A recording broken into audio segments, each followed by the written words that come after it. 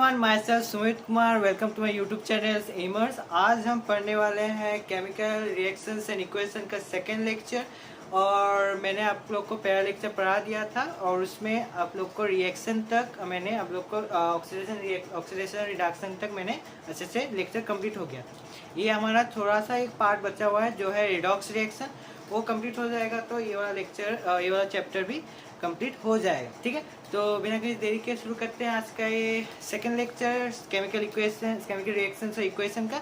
So let's start. So okay, हमारा जो पहला टॉपिक है आज के लेक्चर का वो है रिडॉक्स रिएक्शन। पहले मैं आप लोग को एक चीज़ बता देता हूँ, उसके बाद मैं लेक्चर ऑन कर दूँगा। जो है कि ये वाला लेक्चर जो है, जो सेकंड लेक्चर है, उससे पहले आपको फर्स्ट लेक्चर देख के आना पड़ेगा। ये जो मतलब ये टॉपिक एक ही टॉपिक है, रिडॉक्स रिएक्शन के बारे में आज पूरा लेक्चर है। लेकिन मैंने इसको अभी इस मतलब सेकंड लेक्चर में इसलिए रखा क्योंकि जो पहला लेक्चर था वो ऐसे भी बहुत लेंदी हो ही गया था, अराउंड 1 आवर का हो गया था। इसलिए वजह से मैंने इसको सेकेंड लेक्चर में शिफ्ट कर दिया। और ये थोड़ा सा अलग टॉपिक है तो इसलिए मैंने अलग लेक्चर में रखने को सोचा, तो इसीलिए। ठीक है, तो पहला लेक्चर देख के आइएगा, तब जाके आपको पूरा का पूरा समझ आ जाएगा। ठीक है, सो उसके बाद नोट्स भी उस तरह से बन जाएगा। आप लोग का क्लास मतलब फर्स्ट टॉपिक से लेकर ये एंड टॉपिक तक अच्छे से बन जाएगा। ठीक है, तो ओके, सो चालू करते हैं हमारा पहला टॉपिक आज के लेक्चर का जो है रिडॉक्स रिएक्शन। तो रिडॉक्स रिएक्शन पहले होता है क्या वो समझ लेते हैं। रिडॉक्स रिएक्शन मतलब होता है मतलब रिडक्शन एज वेल एज मतलब ऑक्सीडेशन साइमल्टेनियसली होने वाले को कहते हैं रिडॉक्स रिएक्शन। ठीक है, मतलब एक मटेरियल में, एक सब्सटेंस में जिसमें ऑक्सीडेशन भी हो रहा है, साथ के साथ रिडॉक्स रिएक्शन भी रिडक्शन भी हो रहा है, उसको हम क्या कहते हैं, रिडॉक्स रिएक्शन कहते हैं। तो इसका डेफिनेशन क्या हो जाएगा, डेफिनेशन जो है the chemical reaction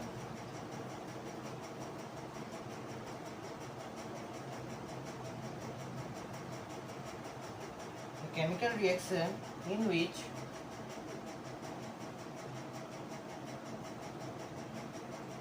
oxidation as well as reduction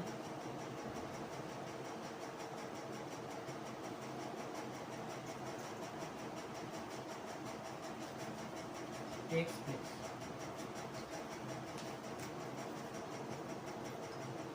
place simultaneously।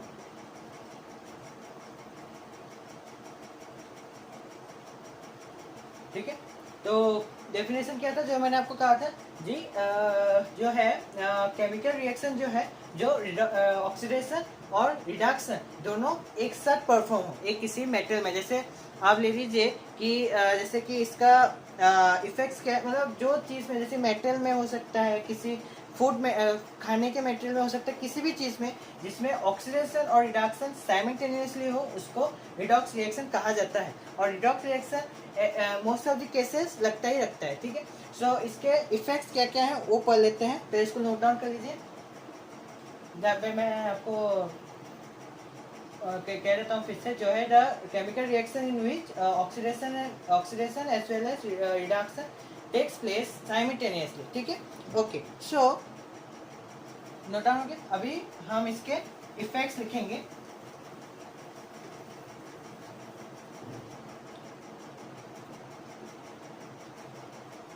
Effects oxidation लिखते हैं, तो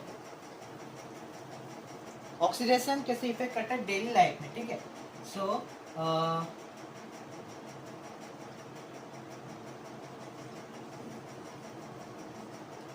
effects of oxidation in everyday life।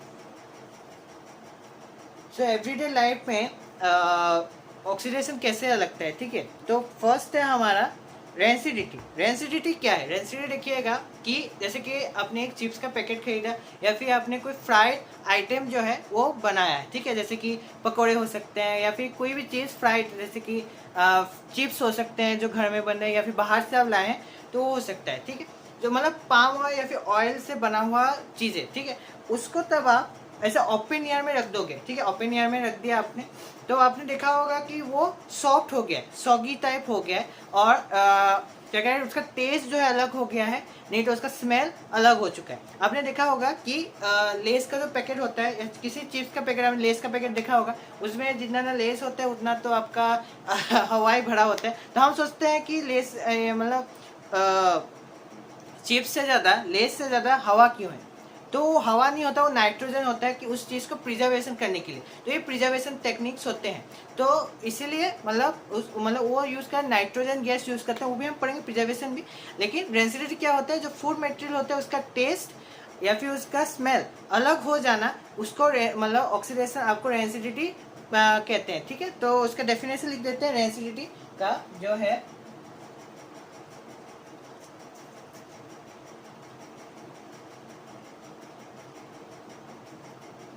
Rancidity. यह हमारा पहला है इसका। सो रेंसिडिटी का हमारा डेफिनेशन हो जाएगा, food material containing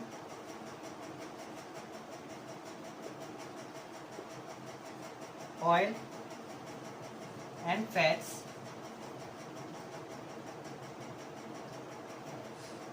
when left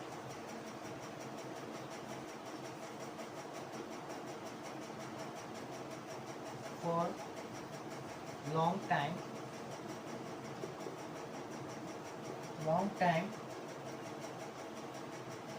become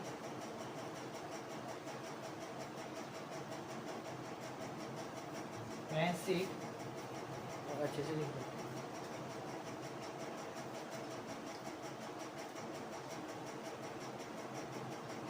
rancid, that is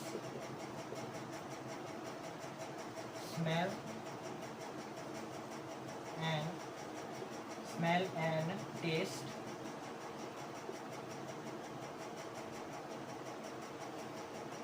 is due to oxidation of। तो क्या है, फूड मटेरियल कंटेनिंग ऑयल होना चाहिए, ऑयल और फैट कंटेंट जो फूड होता है, ठीक है, तब बहुत लंबे टाइम तक बाहर अगर रख दिया जाए उसको रेंसिड कहा जाता है, जिसमें स्मेल और टेस्ट जो है प्लेस हो जाए, मतलब अलग हो जाए, किससे, ऑक्सीडेशन ऑफ फूड्स के वजह से। ठीक है, सो ज़्यादा इम्पोर्टेंट अगर यहाँ पे पूछा जाए कौन से फूड आइटम्स में होता है जिसमें ऑयल हो और फैट्स हो, ठीक है, ऑयल और फैट्स इसमें ही होता है। और रख मतलब हो जाने को किस कहते हैं, रेंसिड कहा जाता है, फूड को रेंसिड हो गया। ठीक है, और इसमें क्या होता है, स्मेल और टेस्ट अलग हो जाता है। ठीक है, इसको नोट डाउन कर लीजिए, इसका भी प्रिजर्वेशन पढ़ेंगे कि रेंसिडिटी को हम प्रिजर्वेशन कैसे कर सकते हैं कि ना हो फूड को। तो मैं फिर से आपको रिपीट करता हूँ, जो है food material containing oil and fats when left for long time become rancid, that is smell and taste place due to oxidation of food। ठीक है, पॉज करके लिख दिया। ओके, चलो अभी पढ़ेंगे हम प्रिजर्वेशन।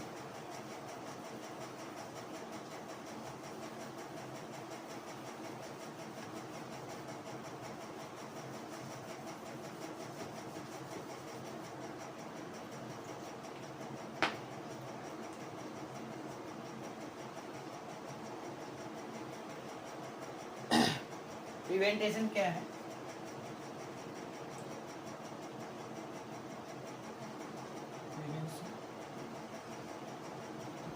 सो प्रिवेंशन क्या क्या होगा, एंटीऑक्सीडेंट्स यूज किया जाता है। हाँ, एंटीऑक्सीडेंट्स इसको कहते हैं एंटीऑक्सीडेंट्स। तो पहला एंटीऑक्सीडेंट है सोडियम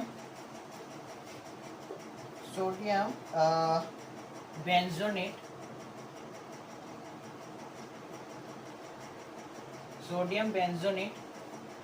सेकेंड है हमारा BHA, जिसका फुल फॉर्म है हमारा ब्यूटानेट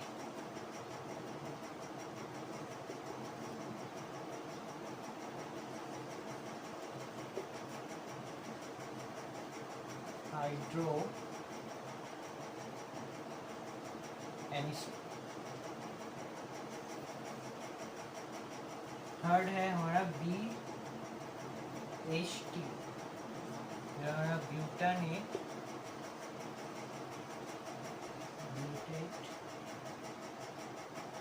हाइड्रोटोल्यून।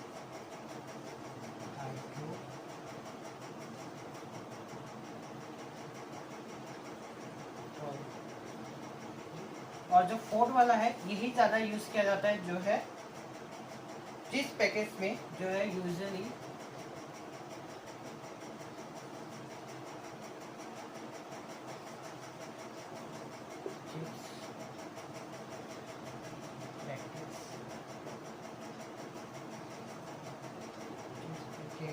are fused with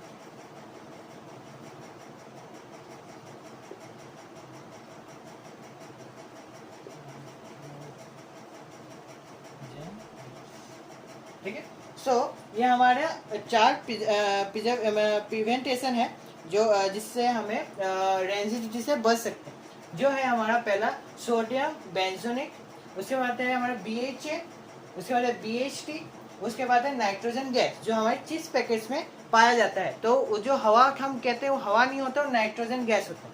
ठीक है, सो ओके, तो इसको नोट डाउन कर लीजिए जल्दी से। अगर पूछा जाए प्रिवेंटेशन क्या क्या है रेंजिडिटी से, तो हम लिख सकते हैं सोडियम बेंजोनेट, BHA जिसका फुल फॉर्म है ब्यूटाएट हाइड्रो एनिसोल, उसके बाद हमारा BHT जो है ब्यूटानेट हाइड्रोटोल्यून। देन हमारा है उसके बाद फोर्थ पॉइंट है यूजुअली चिप्स पैकेट, और चिप्स पैकेट्स जो होते हैं वो फ्यूज होते हैं नाइट्रोजन गैस के साथ। ठीक है, ओके, नोट डाउन कर लिए। ओके, तो अभी हम पढ़ेंगे कोरोजन। पोस्ट करके नोट डाउन करते रहिए। चलिए, सो वही पढ़ेंगे हम कोरोजन, जो हमारा सेकेंड है। एक सेकेंड,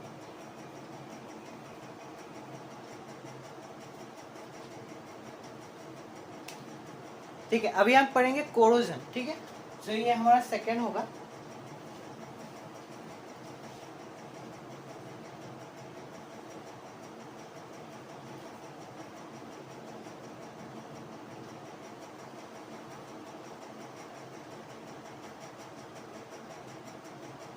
तो कोरोजन क्या होता है, हमने देखा होगा, हमने ग्रिल्स जो होते हैं जो दीवारों में खिड़कियों में लगाए जाते हैं, या फिर आप अगर एक सिंपल एक एग्जांपल अगर लें, हमने एक आयरन रॉड लिया, ठीक है, आयरन रॉड को आपने बाहर रख दिया, ओपन एटमॉस्फेयर में रख दिया। ठीक है, ओपन एटमॉस्फेयर में रखने के बाद क्या होगा कि कुछ दिनों के बाद 1 वीक्स 2 वीक्स 3 वीक्स के बाद उसमें देखिएगा एक ब्राउन कलर का लेयर फॉर्म हो गया ऊपर में। ठीक है, उसको कोरोजन कहते हैं। वो ऑक्सीडेशन की वजह से होता है। एटमॉस्फेयर में जो वाटर कंटेंट होता है, जो मॉइस्चर होता है और ऑक्सीजन होता है, वो उस आयरन रॉड के साथ क्या होता है, रिएक्ट करता है। ठीक है, तो रिएक्ट करने की वजह से वो क्या होता है, एक आउटर मतलब सरफेस में एक लेयर फॉर्म कर देता है जिसका कलर ब्राउन कलर का होता है। और उसको तब आप हाथ दोगे तो आपको लगेगा पाउडर जैसा लगेगा, जो आपका जो है आयरन जो है वो धीरे धीरे वीक होने लग जाएगा। ठीक है, तो इसी वजह से क्या इससे इसके प्रिवेंटेशन क्या होता है, प्रिवेंटेशन जैसे आपने देखा ग्रीजिंग करते हैं, उसके बाद ऑयल पेंट करते हैं, पेंट कर देते हैं उसको। ठीक है, और भी कुछ मतलब गैल्वेनाइजेशन भी एक है, गैल्वेनाइजेशन कर देते हैं। ठीक है, सो ये सब है प्रिवेंटेशन। तो आपको पहले याद रखना है कि कोरोजन होता है। कोरोजन सिंपल डेफिनेशन एक लिख लेते हैं।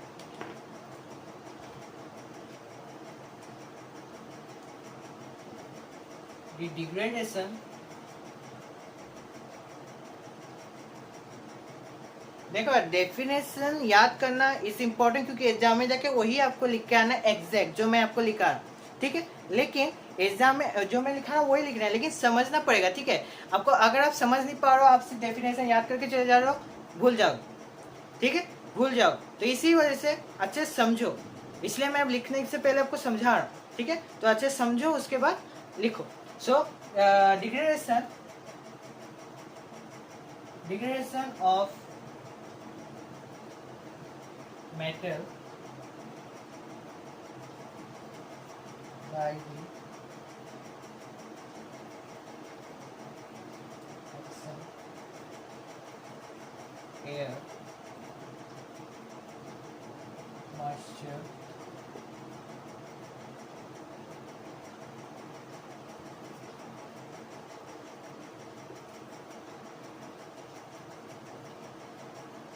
surface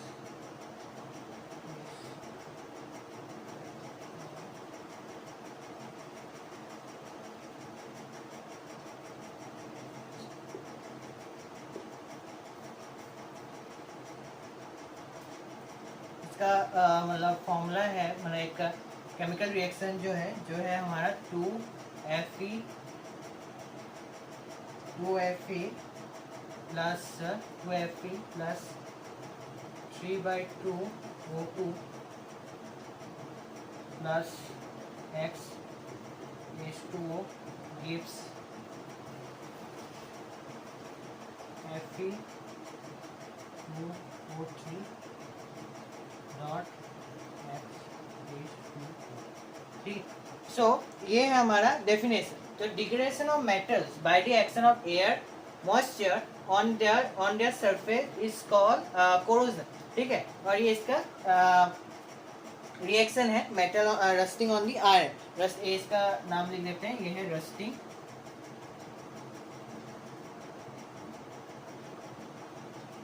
of iron. तो ये रस्टिंग ऑफ आयरन है। तो कैसे होता है, 2Fe आयरन, उसके बाद ऑक्सीजन, उसके बाद एक्स वाटर मॉलिक्यूल, मतलब अभी वाटर मॉलिक्यूल कितने लगेंगे ये तो हमें नहीं पता, इसलिए एक्स वाटर मॉलिक्यूल, उसके बाद प्लस गिव्स है Fe2O3 dot x of water molecule. ठीक है, ओके।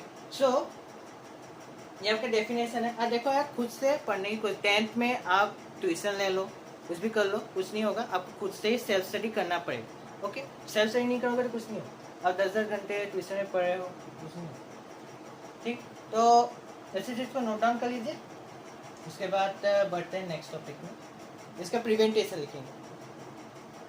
ठीक है, मैं फिर से रिपीट कर देता हूँ। तो the degradation of metal by the action of air moisture on their surface is called corrosion, जिसका हमारा केमिकल रिएक्शन है, जिसका टॉपिक है हमारा रस्टिंग ऑफ आयरन, जो है 2Fe plus 3/2O2 plus X of water molecule gives Fe2O3 dot X2O।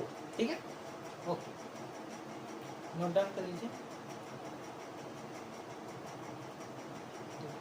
ठीक है, पॉज कर नोट डाउन कर लिए। उसके बाद हम बढ़ते हैं इसके प्रिवेंटेशन।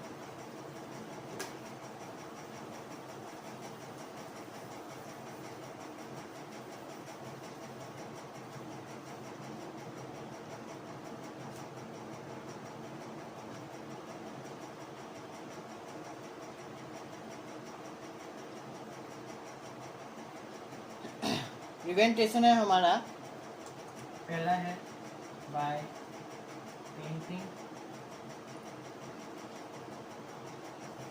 बाय ग्रीजिंग,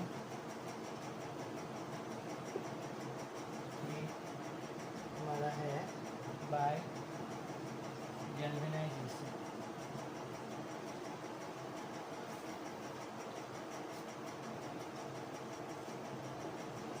गैल्वेनाइजेशन क्या होता है वो भी लिख लीजिए, पूछेगा आपको what is galvanisation.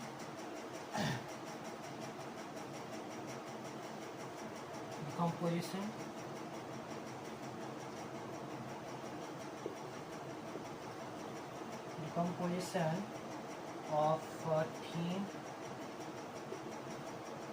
layer of zinc metal from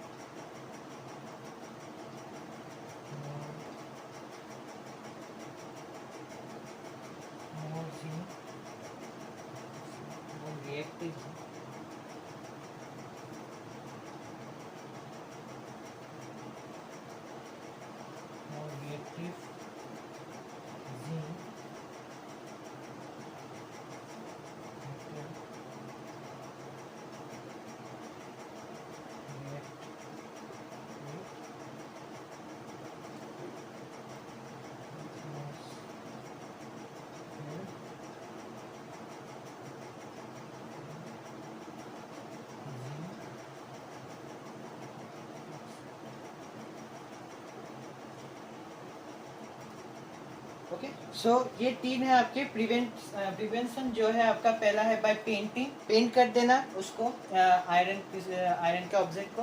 दूसरा है ग्रीजिंग, ग्रीज हमने देखा होगा।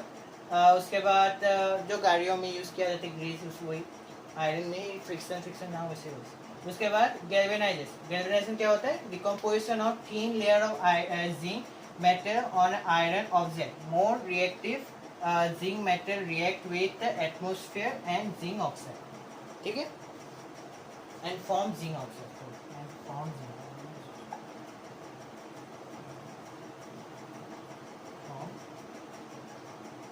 फॉर्म जिंक ऑक्साइड, ठीक है। तो नोट डाउन कर लीजिए। मैं फिर से आपको रिपीट कर देता हूँ, जो है by painting, by greasing, by galvanization. So galvanization क्या होता है? Decomposition of thin layer of zinc metal on the iron object, more reactive zinc metal reacts with atmosphere and form zinc oxide, ठीक है। जितना रिएक्टिव जिंक मेटल होगा उतना atmosphere के साथ रिएक्ट करेगा और जिंक ऑक्साइड फॉर्म कर देगा। मतलब एक थिन लेयर जिंक का लग जाएगा किसमें? मेटल के ऑब्जेक्ट में, सरफेस में, जो उसको प्रोटेक्ट करेगा किससे? आउटर मोस्ट ऑक्सीडेशन से, मतलब मॉइस्चर और एयर से, ठीक है।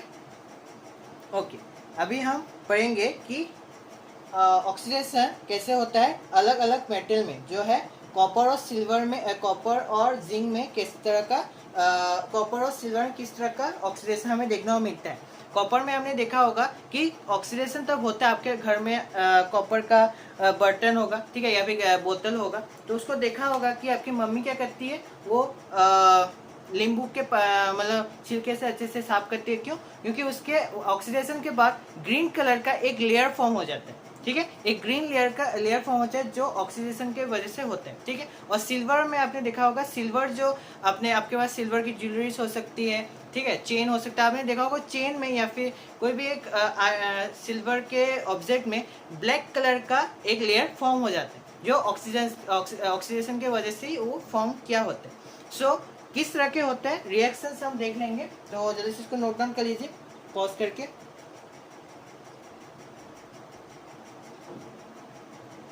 ओके, सो अभी हम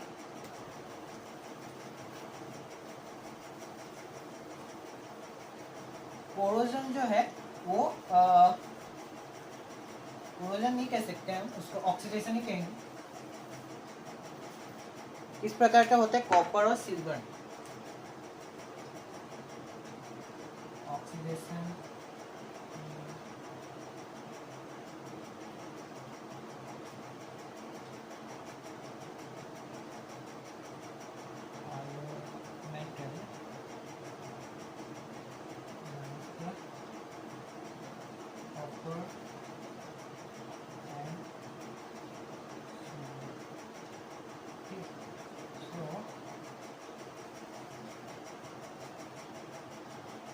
पहला जो है सिल्वर और कॉपर लूज करते हैं उनके लेस्टर फॉर्म लूज करते हैं, मतलब जो शाइनिंग होता है वो लूज कर जाते हैं ये ऑक्सीडेशन के वजह से। तो लिखेंगे पॉइंट वाइज, लिखते जाएंगे, पॉइंट वाइज लिख सकते हैं, मतलब लिखते जाएंगे। जो है हमारा पहला सिल्वर, शॉर्ट फॉर्म में केमिकल फॉर्मूला भी लिखते जाएंगे, and copper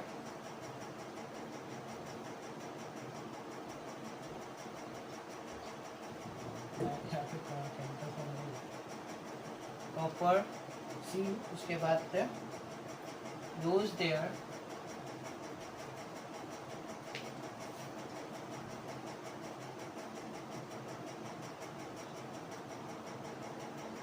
virtue by gaining black and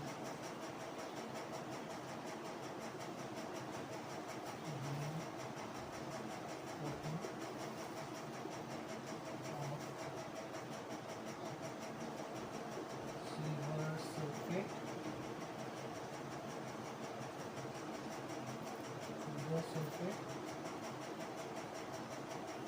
and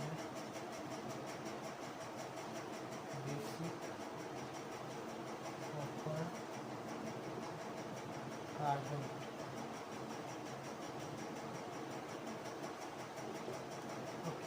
सो पहला चीज़ है कि कॉपर और सिल्वर अपना लस्टर फॉर्म खो देते हैं, इसके वजह से bye gaining black and green coating of silver sulphate and basic copper carbonate की वजह से।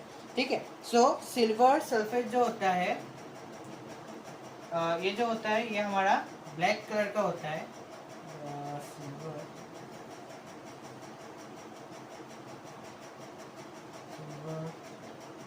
सल्फेट ब्लैक कलर का होता है।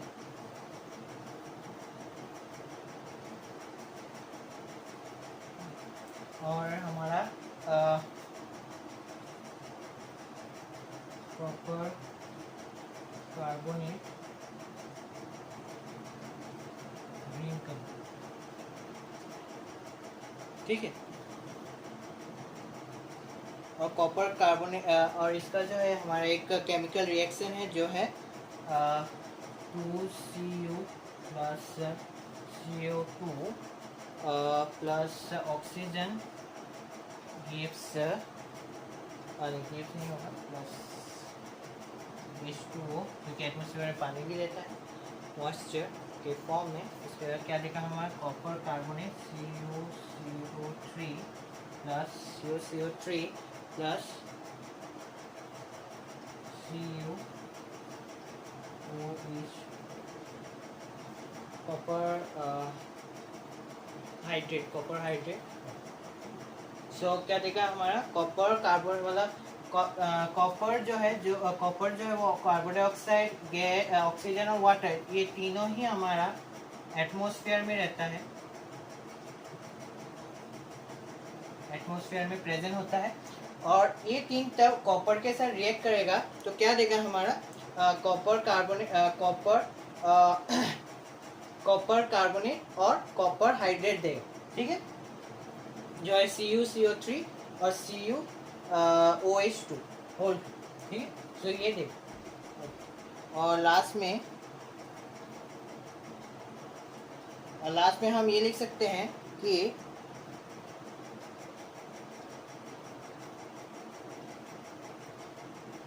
so we can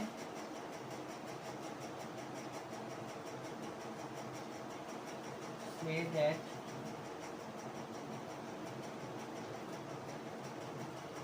slow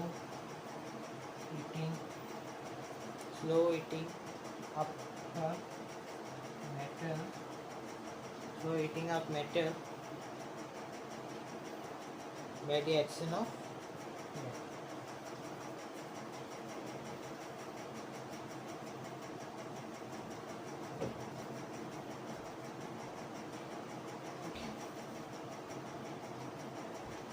तो आपको ये याद रखना है कि कॉपर मतलब कॉपर सिल्वर तब रिएक्ट करता है, सिल्वर तब ऑक्सीडाइज होता है तब वो देता है सिल्वर सल्फेट, ये आपको याद रखना है। और तब कॉपर रिएक्ट करता है ऑक्सीडेशन, मतलब कॉपर का ऑक्सीडेशन मतलब करता है तब देता है कॉपर कार्बोनेट। सिल्वर सल्फेट आपका ब्लैक इन कलर होता है, उसके बाद कॉपर कार्बोनेट आपका ग्रीन इन कलर होता है। ठीक है, और कॉपर कार्बोनेट का जो है हमारा chemical 2Cu plus carbon dioxide plus oxygen plus water क्या देगा हमारा copper carbonate plus copper hydrate. ठीक है, ये दो हमारा कंपाउंड फॉर्म होता है। ठीक है, इतना ही था हमारा ये इस चैप्टर में, इसको नोट डाउन कर लीजिए। Thank you for attending to our second lecture. तो सेकेंड लेक्चर जो है अच्छे से कंप्लीट हो चुका है।